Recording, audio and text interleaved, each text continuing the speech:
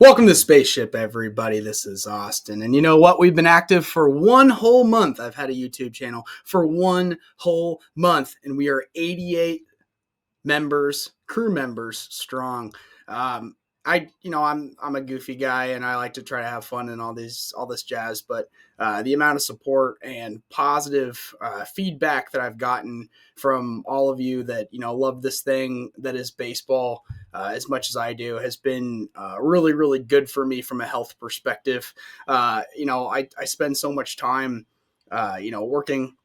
We all do. You spend so much time working to make other people money, and then in your free time you got to take care of kids. I don't have any kids, but you got to take care of kids. You have to do all these things, all these responsibilities, and rarely do I get to talk baseball or really share the thing that I love with this this group of people that's been allocated to me through this YouTube platform, and I couldn't be more thankful for it. So just a quick little rundown. I mean, we've made 15 videos, and again, the amount of support that I've gotten in 1 month is wild. So if I even go up here and I click on my go to my analytics in the first month that we've had this rolling together, and we have over 5,000 views, and you guys have watched 824 hours of me talking, which is wild. But again, I'm so glad to hear that things are helpful. My videos are helpful, and they're insightful. And again, I do it because I love it. I don't make any money. It's just something where I get so passionate about this thing, and I don't have anyone to talk to. So with that being said, I'll jump right into the topics of the day. So we're going to go over kind of how I'm doing across my two leagues. We're going to go over the successful trades that I've made over the last couple of days as certain players become active. We're going to go over possible trade candidates, or most likely trade candidates that you should be kind of eyeballing because they're either, becoming healthy off of the IR, they're coming off the IR soon, or they're underperforming, and, the weather's getting warmer and that affects things. And then we're going to talk about the actual activations off the IL, minor league promotions, and other pickup guys that are, starting to catch fire that can really make a significant difference to your league. And then we're going to talk about my guy Taylor Ward again, and then finish out with Trevor Bauer. So I will try to have the bookmarks in the comments. But again, I'm trying to get this video out as quick as possible because it's nice outside. If you're watching this video right now, go outside and shoot a basketball or throw something at a tree. I don't care what you do. Skip some rocks, kick some rocks. I don't freaking care. It's nice as shit in the Midwest, and you guys should go outside and enjoy it and watch this video later if that's the case. But anywho, let's get back to fantasy baseball on deck stuff. Okay, so if I scroll over to my new tab here, league number uno, the one that I'm specifically out for blood for, because in this league I play with some high school friends, and it's probably like 4 high school friends, and honestly like 8 people I don't really know, and it's for $50 a piece. Everybody's very, very engaged, and I win every year. And what do? They change the rules on me every year to try to make sure that I do not succeed at the rate that I always do. But as expected, we're going into week number 4 at this point, and I'm number 1 in the standings. I'm undefeated as expected. I'm 3-0, and points for, I'm also number 1 in points for the league, while having Trevor Bauer on my roster for most of the season so far. And he's been burning a hole, but not not a necessary hole sort of thing. We build our rosters. We always value quality over quantity. We're always going to be able to make enough points to overcome holes on your roster if necessary. If the player, has enough weight to necessitate something sort of like that. So that's league number 1. Because I gotta share all my bona fides, the reasons why you listen to me. And then league number 2, I am also undefeated. So I go up and check my record here, 3-0 again. And I will say that points for, I dropped to number 3. But between one of my best friends here, his name's always his fantasy baseball names or football and baseball names are always my name plus some sort of derogatory comment. But him, number Triple Trey and Call Sucks up here, they were facing each other last week, or this past week, and they had a ton of double starts, and they were making transactions and streamlining pitchers to try to beat each other. At the end, they ended up being like the 2 top scorers in the whole league this past week. But it was because of and they were dropping people they probably shouldn't have dropped just to try to beat each other, because people do silly things when they start out the year 1-2. This is the current system. Like my friend Brady here at number 5, he's currently 1-2, but he is second overall in scoring, and sometimes that's the way that it rolls. But we power on and power through and keep rolling. So, anyways, let's get over to the interesting stuff. So I want to talk about guys that should be on your radar as trade candidates, whether you're trying to send them away or bring them in. Kind of regardless, this is my opinions on these players. So I'm going to go over. Let's go over my successful trades that I've made in my league so far, and kind of why I did said thing. So if I go over to my first league, and I go down to, this is really important, get on your desktop. If you're going to do fantasy baseball stuff, get on your desktop so you can always see the stats. You're always comparing players. You don't want to be constantly exiting back and forth with things. You want to see all of the stats right in front of you, because you'll always be able to make a better, more informed decision. So rosters, if you click on rosters, go to your league tab, click on rosters. This rosters tab is nice because it automatically updates with the standings. So if you see, I'm the number 1 team in my league, so I'm the very first roster shown. That's not who we want to target. So I'm going to go down to the bottom here, and I'm going to look at the bottom 3 guys. I'm going to check out these teams that are 0-3, because what does a team do that is 0-3 to start the year, whether fantasy football, fantasy baseball, whatever?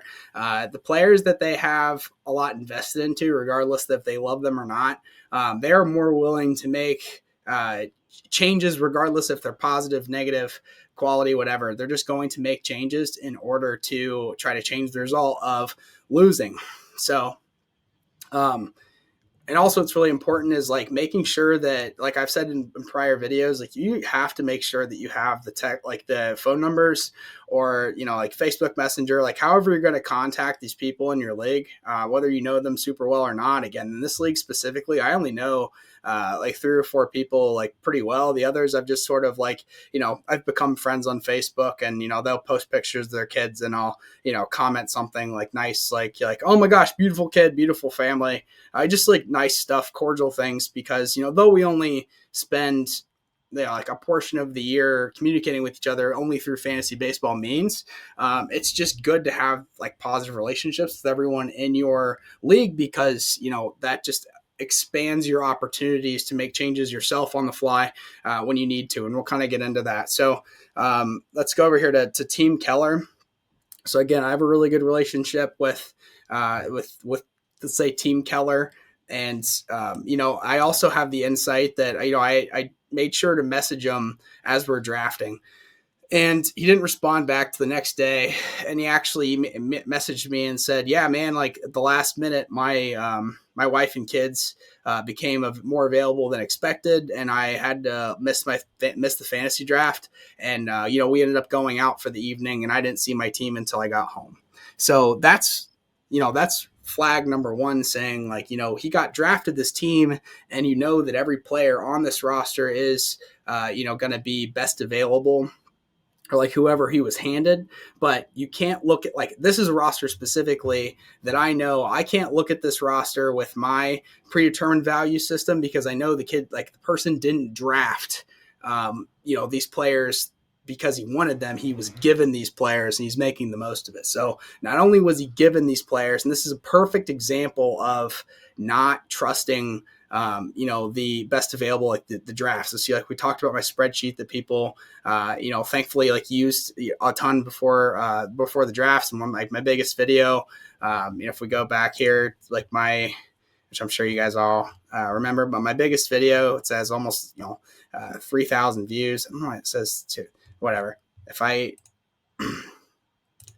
This isn't super important, I'm sorry, but like it's a really good example of like this video here. I kind of go through the importance of my spreadsheet and like how I use that to draft people. Like this is just a really good example of people getting handed an auto draft. Here's the best available player over and over again, and it just not necessarily working out. So not only does he hate his team, he hates his record, and he's willing to make changes.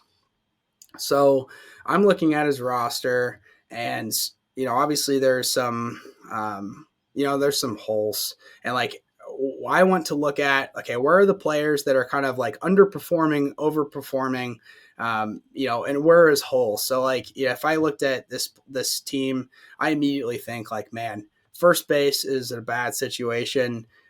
He's not getting any production out of Yuri Gurriel, who's 37 years old, and hits for average, doesn't hit for any power. He doesn't have any outfield support, so he does have Marcell Ozuna, but I also traded him Marcell Ozuna for Carlos Rodon before the season started. And that's really benefited both parties. Rodon's, the number one pitcher in baseball. Essentially, every time that he goes out there the next day, he's number one. With equivalating him between other people with the same starts. So Ozuna's really good. Nemo is underrated. I think that he's always a pretty quality player. But you look overall and just think to yourself, like, okay, he needs a first baseman. The outfield is a little shaky, and then you get into these utility spots. Like, okay, he's got 2 third basemen that are pretty quality. Rendon can just stay on the field and stay healthy. He's a pretty solid pick at his third base position. That's pretty weak and pretty let's say like what's the right word? A third base position that is pretty slender in pickings. Let's just say that. So if I'm going to look across his roster, I'm also going to check out like what's his pitching situation.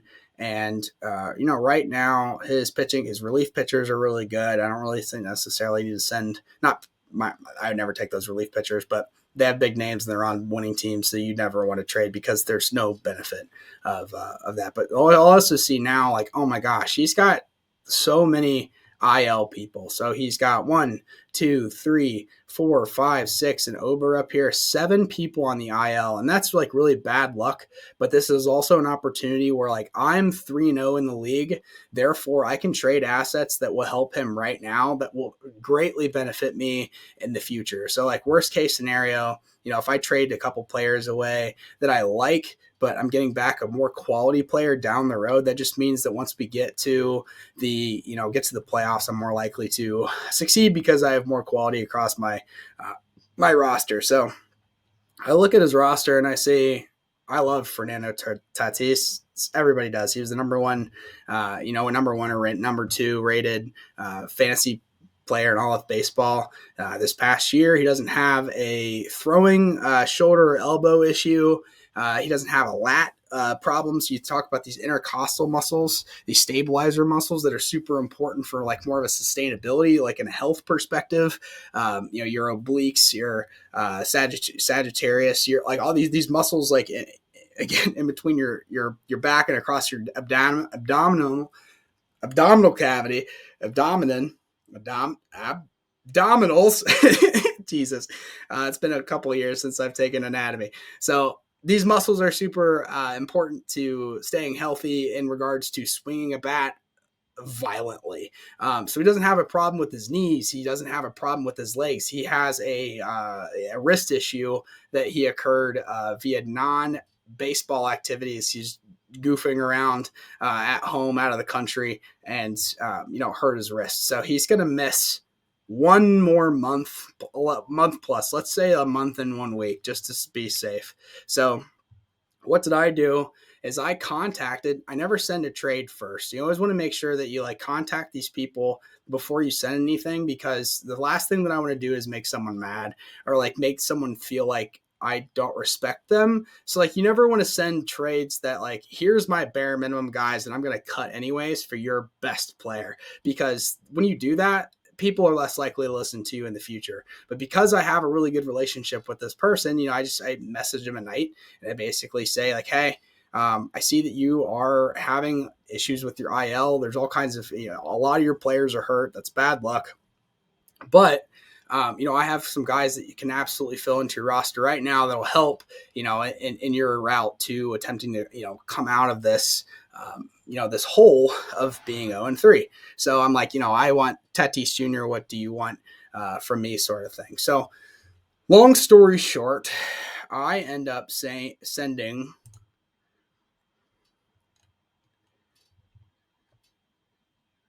Tristan Mckenzie, who I just picked up this past week, and had the for the first time this season was able to pitch 95 plus pitches. So really have go out there without having sort of any innings restrictions. So if I was to send this trade with Tristan Mckenzie and Jeremy Pena included for Fernando Tatis Jr. and just clean slate, here's the points, here are the projections. What do you think? I'm not going to get probably a super positive response back, because he did draft this player again. Like, though he was hurt, he did draft this player at number 125 overall. So he's got some good, like, he invested into this player. He likes this player, but again, there's certain situations he needs to have healthy people. So what do? Is I look at what is the situation? He's super hurt across the board. Tristan Mckenzie, he doesn't have a lot of, say Keller doesn't have a ton of pitching help. So what do? Is I say, hey, Tristan Mckenzie only has 179 points scored across the board right now. He's ranked 40th across all starting pitchers. But the caveat is that he's been on an innings pitch restriction for this entire year. So if we really look at his earned runs, three innings pitched, 2 earned runs, not the greatest. 4 innings pitched, no earned runs. 4 innings pitched, 1 earned run. He had 1 hiccup against the Angels, but everyone's having hiccups against the Angels because that lineup is nuts.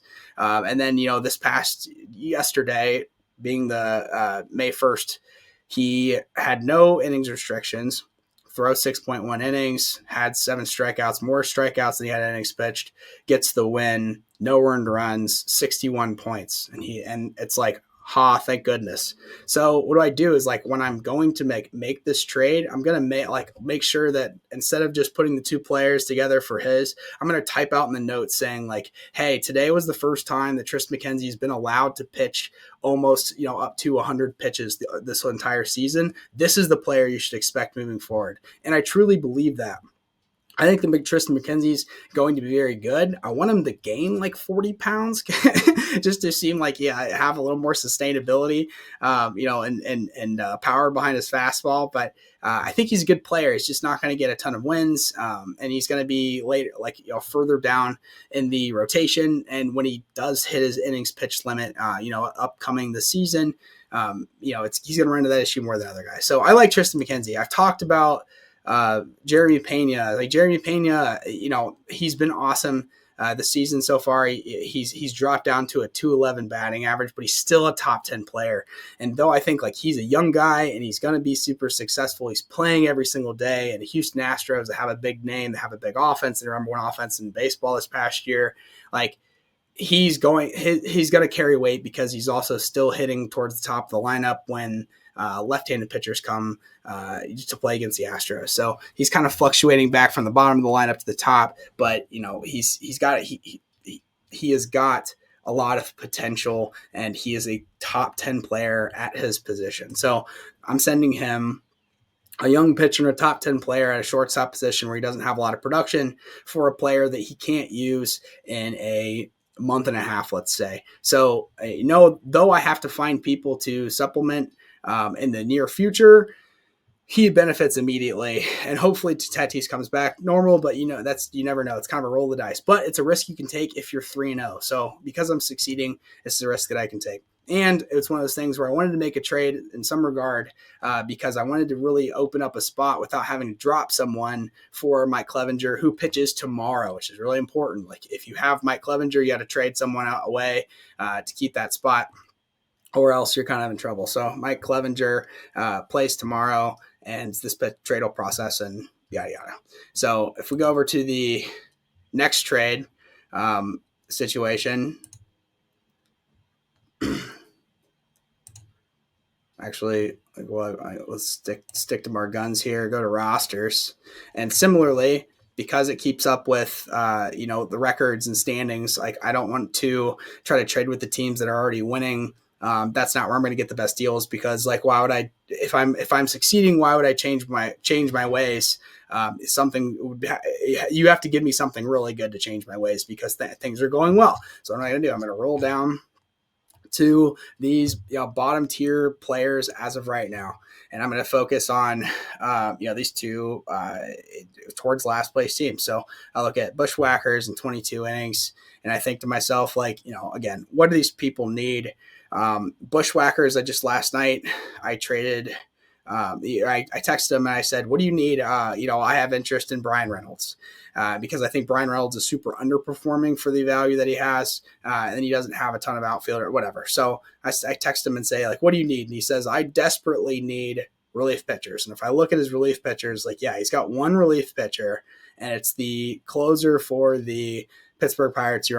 Don't win a ton of games. So though he's been a quality guy so far this season, it's just Pirates are going to be in a lot of winning games. So he's like, I'm struggling. And also this past week, he ran into a starting pitcher limit. So if you are to hit your starting pitching limit, say by like Friday, so how's a good way we can look at this? So scoreboard. Let's go to matchup number 3. If I just go to my box score, I think it shows it on the desktop. Okay, so you see up here, in this league specifically, I'm limited 12 starters, 12 starting pitchers per week. So if I hit all 12 starting pitchers by Friday, I can't use any of my pitchers for Saturday and Sunday. It's all up to my batters, and that's how people catch you and lose. But you can go over this limit, but you say if you're at 11 starting pitchers on Saturday, you can have 4 starting pitchers loaded on Sunday. You can blow past it in the last day, but you can't blow past it before Sunday, before the end of this, this matchup. So something to keep in mind. But I looked at his roster and I thought to myself, like, okay, I know that he needs relief pitching now, and that he's willing to do a lot for it because he has too many starting pitchers, and he doesn't love Brian Reynolds is what I come to find out. So what do I do is I trade him my recent activities. I trade him my 4th starting pitcher, who is the 5th ranked overall relief pitcher and closer. In closing saves, it says 7, but like Nestor Cortez and the players who are starting pitchers who still have relief pitcher eligibility, there's 2 of them ahead of him. So he's the 5th closer in all of Major League Baseball right now. But this is a guy that I picked up off of waivers after the draft. He's been super successful for me, but trading him away, he's so valuable because he's at a position that just isn't available across the league. And also, I think that the Rockies are about to meet their maker. They've been playing a lot of bad teams, and they're getting hurt, and they're not going to have a winning record for much longer. And I think one of the worst rosters in all of baseball. They're going to eventually, things are going to catch up to them. So I don't think that he's a super sustainable player, but right now he's the 5th overall guy. So like he's a guy that's overperforming in my head, not because of his playing ability, but because he has to be in a winning situation in order to play. So what am I going to do? Is I'm going to, I'm offered up, like, what do you think of Bard? He says, I like Bard. I'll take Bard. And then he, what conversation comes to eventually saying, okay, I'll take Framber Valdez, which the context behind that too is like, I know that Framber Valdez got dropped earlier this season, and he was claimed by Bushwhackers to fulfill his team. So he used a waiver claim to get him, but anytime that you see a player get claimed, like someone that you really want that you got beat out by someone who has a higher waiver claim than you, you can trade for that player pretty easily because it's almost looked at as like house money. I didn't draft this player. I got them for free. I can kind of use them pretty easily. I can part with them pretty easily because I didn't draft them in the first place. So my thought process is like, okay, he's for sure not happy with Brian Reynolds. I love Brian Reynolds, but yeah, how about throwing in Valdez as well, because he has too many starting pitchers as it is, and he's going to have to drop some people with people getting healthy. So, the trade ends up being a top 50 player, which is Brian Reynolds, and what is, I think, a very, very good starting pitcher, and Framber Valdez has just started a little slow this year. So I think I greatly benefited from that one too. And if the last one, try to speed through this, guys, I'm sorry I'm taking so long, but I feel like I have to explain way more than I need to. So go down to the 22 innings team. This has already gone through, but I looked at his roster and basically said, what player on his roster do I feel like he's maybe going willing to part with? And it was looking at his roster, I thought his outfielders were weak, so I sent him Brandon Lowe. And to supplement the starting pitch that I took from him, I said, hey, here's Mike Clevenger. I think that he's going to be really good. Everybody knows who Mike Clevenger is. He's not really much of a secret, but he's going to be activated this upcoming Tuesday, meaning tomorrow. So I traded Mike Clevenger and Brandon Lowe, two guys that I had a lot invested into, for what ended up being it was like the 12th, like 9th or 12th overall player in Brandon Woodruff. So it's like I just got an ace from the Brewers, who are going to be playing horrible teams moving forward. The strength of schedule for Milwaukee is bad because the entire NL Central is bad, and all they have to do is score a couple runs. So Brandon Woodruff has started out slow, but he always starts out slow. He's one of those like warm weather guys.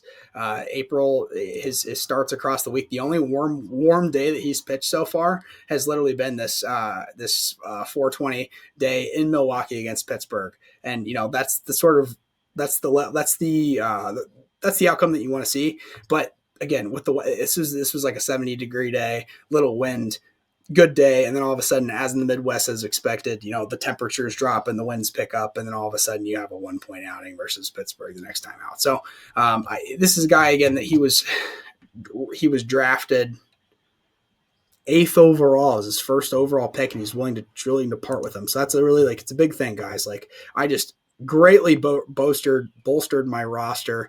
Though I gave up a lot, I got quality back, and what you want is quality over quantity sort of thing. So I talked about the successful trades that I've gone through so far. So now let's talk about some of the trade candidates I think that you should either, if you have them, you should think about sending them. And if you don't have them, you should think about acquiring them, because they're not going to be worth this little for long. So again, as I talked about Jeremy Pena, and I really talked about all three of these batters already, but just to run through, Jeremy Pena is going to be the everyday shortstop for the Astros. You guys already know this. His average has started to dwindle a little bit, which is a little concerning. But overall, he's been really good this season. He's a top 10 guy, but I don't know if he's going to keep up that top 10 production. And why not trade away a young player on the Astros when you can, before he kind of gets figured out. And a lot of times too, with these younger guys that start out on their very first season, their first 2 months, 3 months, they really succeed because there's no tape on them, there's no film on them, so teams don't really know how to pitch and adjust to them. So something to keep in mind. Fernando Tatis, if you're on a winning roster, consider trading for Fernando Tatis right now, because if you're on a winning team, like I am 3-0 right now, if I was just for whatever reason, which I'm not, going to take a couple losses by the time that he comes into the fold, I'm adding a number 1 overall talent to my roster. So, moving forward, it's not really about where you're at now. It's kind of about where you're at when playoffs start. And fantasy sports and playoffs, I really feel like playoffs are dumb, because your entire season you can be the number 1 in points and be the number 1 in wins, and all of a sudden you have one bad week in the first round of the playoffs and you get knocked out and get nothing. So I hate that about fantasy sports, but Tatis gives me a better opportunity to win later down the road. So I did trade for Fernando Tatis in my other league, and I even texted my friend about him today, and he hasn't got back to me. But someone to consider like sending some resources for, because when he comes back, he's, again, one of the best players in baseball.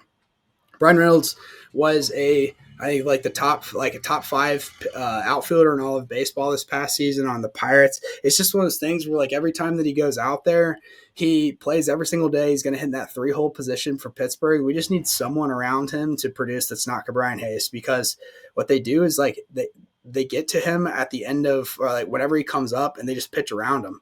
And I feel like he feels the need to be that run producer in so many regards that he's even swinging at stuff that he shouldn't. The pitchers don't really have to pitch to him. They don't have to give him good strikes, because they know that, there's just not a lot of offensive threats behind him. So I think he's greatly underperforming, but has, better things to come, sort of thing. So, if we go down to Brandon Woodruff, kind of talked about him. He's underperforming. He's a warm weather guy. He's going to be great. Mike Clevenger, I've already talked about him. I think he's going to be great. I think he's going to be good. I traded him away, but I know that Brandon Woodruff is absolutely healthy, going to be playing bad teams, going to have enough run support in a bad division to be successful. He's a top 10 pick. It's easy to take. Framber Valdez, every year I feel like he's underrated. He comes into the Astros, has a ton of run support, and every year has a super low ERA. So that was an easy trade, an easy guy to go after, but he's not worth a lot of points. So someone that you can buy low, sort of thing, because he's eventually he's gonna figure it out too. And Daniel Bard and the rest of the relief pitchers across baseball. If you are in a league that forces you to have pitcher restrictions, so if I go over to this league over here, if you look at my starting roster down here, which I'm in this league, I'm only allowed to have 10 total starting pitchers. You really need 10 starting pitchers per week. If you look at my roster here, there's starting pitcher, and then there's 2 relief pitchers, and that's it. So a lot of times, and you absolutely should have all starting pitchers in your on your bench, because any batters in your on your bench not playing are just collecting zeros for no reason when all teams in baseball are playing. So every day that the entire league are playing each other, there's no one sitting out that day. If it's a Tuesday and every single team in baseball has a game, that means that you're always going into the contest with someone just sitting on the sidelines not contributing, and that's not a good use of your resources. So always have pitchers exclusively in your bench. It always works out for me. It always will.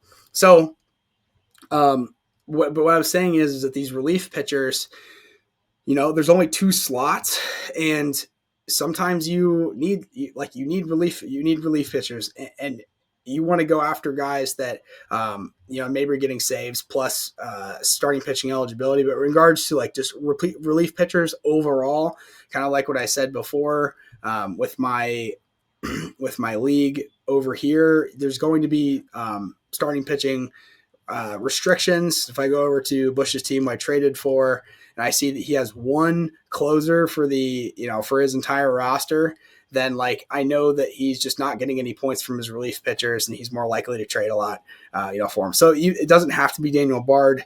It can be any of the relief pitchers that are kind of like overperforming for their talent level and their like team's talent level to start. So just something to keep in mind. So if I go to saves, like another good example would probably be like Anthony Bender right now. He's unowned in this league, and I was kind of trying to trade people away so that I could collect another closer, and I'll add him as soon as my trade completes with Bush, just to kind of like replenish what Bard was. But the Marlins are doing really well. He's their everyday closer. He absolutely should be owned, but he's on the Marlins, and people haven't really figured out that they don't give up any runs. They're going to win a lot of games this year. So just keep in mind, again, these guys are really valuable. Relief pitchers are always kind of looked at as the ugly stepchild to kind of forget about. So let's go on to the next task, which is kind of activations off of the IL pitchers and players to get acquainted with as they come back into the fold. So first player I'll talk about is Ramon Loriano. So Ramon Loriano, overall in his career, he's a really young guy still. He is a 24 plus home run kind of pace guy. Every year he's playing in Oakland, and they don't really have a lot of firepower left, but they're still fighting. They're still a 500 team. Ramon Loriano is going to play literally every day, and he's going to hit in that 2 or 3 spot, and he always has. So he got suspended due to PED use, so maybe he'll even come back stronger than he was before. But he's a young guy who has 24 plus home runs and 20 stolen bases. And especially if you're in a categories league, like this guy's super valuable. A really easy pickup to look forward to. He becomes available on May 8th, which is I think Sunday coming up. So absolutely think about picking Ramon Loriano if you need outfield help. Jose Miranda is one of the top prospects for Minnesota. So they just had Miguel Sano go to the IL with an injury. And they also had one of their first basemen get hurt. So Jose Miranda, 23 years old, has been absolutely incredible. He's had a 344 batting average. He hit 30 home runs in 2021 as a regular everyday player. He's coming up. He's played every position in the infield and even some outfield. So right now, it's actually pretty beneficial that he is listed at third base because we've talked about how little available third baseman there are. But Jose Miranda, he might not be up forever, but in this time being, if you need a third base filler, I think that he has an absolute very good opportunity to play. And if he shows any spark or any consistency whatsoever, then he is going to stay in that roster, especially with the DH spot. And he's able to play first base, second base, shortstop, third base, and has even gotten time in the outfield. So he's an absolute utility guy, but he hits the cover off the ball. He's been really, really good, and 23 years old. So somebody to keep your eyeball on. Jose Ramirez has been dropped and then picked back up again. He's starting to catch fire. He's the number 1 prospect in all of baseball for the Seattle Mariners. He's playing every day, even over Jared Kelenic. He's really caught fire here. He's hitting 333 over this past 7 days. His numbers were really bad to start out, but he's really picking it up. This is a guy that you absolutely should grab a hold of. He's got 9 stolen bases on the year. If you play categories, there's no way he's available if you're playing categories. But Julio Rodriguez is going to contribute in every single category. Super solid player. Next, Travis Demirter. He's been leading off for the Atlanta Braves recently. It's super small sample size, but across his first 24 at bats, he's hitting 375 for power. He's getting all of the playing time that you could ask. He's played every day since he's come into the fold. They've had a couple injuries. Acuna just moved back into the leadoff spot the other night. But I still expect this guy to be up towards the top of the lineup. I think last night he was in the 5 or 6 hole. So regardless, the Braves are going to score a ton of runs. If he's getting regular playing time, this is a guy to really consider having on your roster. And I think he's like 27 years old. Yeah, 27 years old. So he's really getting into like this prime, the top prospects you'll see come up at a younger age, kind of like Julio Rodriguez and Jose Miranda, like I talked about before. But just kind of have your eyeball on this guy and don't hit the interested in button. I don't know why ESPN did this past year, but when you hit this button, it alerts the entire league that you're interested in this person, which is so stupid because you're just telling everybody, hey, look at this player that you don't know about. And then they look at him like, okay, this guy's good. And then they add him and take him away from you. So outfield, Braves, good offense. They're underperforming right now, but got to keep on your radar. Mike Clevenger, I've already talked about. He's being activated tomorrow, meaning Tuesday, 5/3/2022. Make a space for him, trade him away, whatever you want to do, but just be aware that he's coming back and he's going to be productive because it's a knee issue, not a shoulder or an elbow issue. Steven Strasburg should be back within the month. He's already been throwing against live batters, and I don't have any faith in Steven Strasburg. He's not somebody that I want on my roster, but he's only owned in 40% of leagues, and just to put him into an IL slot doesn't take anything away from you. He's an absolute, home run of a trade piece. He just has such a big name. I don't want him on my roster, again, personally, but somebody else who's desperate, those teams that are in the lower divisions that aren't getting a lot of help from pitching, they will give a ton for the overall ceiling of a player, possible ceiling of a player being Steven Strasburg, because they just don't have anywhere else to turn. Next, Jorge Lopez. So the Baltimore Orioles aren't winning a ton of games. When they are winning games, they're winning close games. And Jorge Lopez, it seems like they're literally looking to throw his arm off. He pitches every opportunity that they have.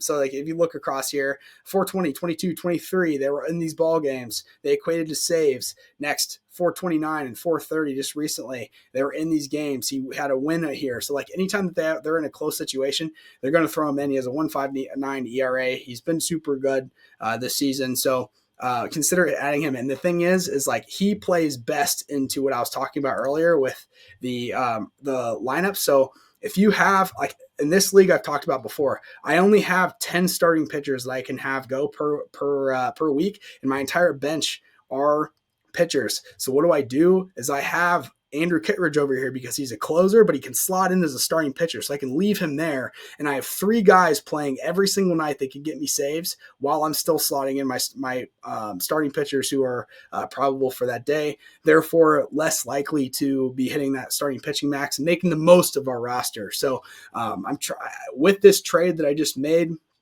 I'm trying to find a reason to get Jorge Lopez because I think he's just going to become more and more valuable. It's just people don't know about him yet because especially, again, rosters that have these restrictions, guys with that sort of flexibility, they're able to earn saves with the starting pitcher tag are extra valuable.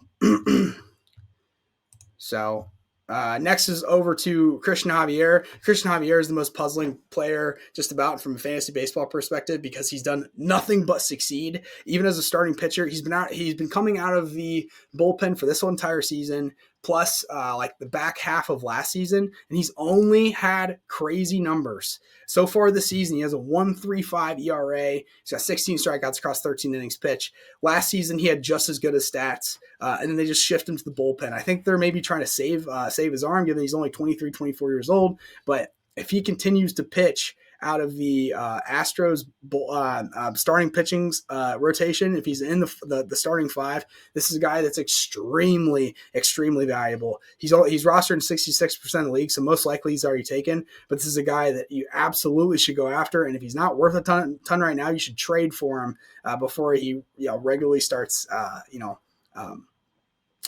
getting starts and such. So Christian Javier, I've always loved. I just hated that they put him in the bullpen because he didn't deserve it. Jake Odorizzi sucks. He hasn't had a good year since 2008. So Christian Javier, keep him in your eyeball. Keep your eyeballs on him. Add him to your roster really as soon as possible if he's available in yours. But it's a guy that would immediately help you out. And then down to our final 2 topics, Taylor Ward. As I talked to you some time ago, when I added Taylor Ward, he was owned in 0.4% of all of leagues in fantasy baseball. He's now hitting the leadoff spot for in fantasy. Today he had another double. He was 1 for 2 today. They don't have that updated yet, but he was 1 for 4 with a double and a run. He's been extra productive. He is the number 1 player for his position, and he didn't play for the first 10 games of the season. He's hitting the leadoff spot for the Angels. He's hit the 2 spot, the 3 spot, the 5 spot. They're putting him in as long as the Angels lineup stays healthy.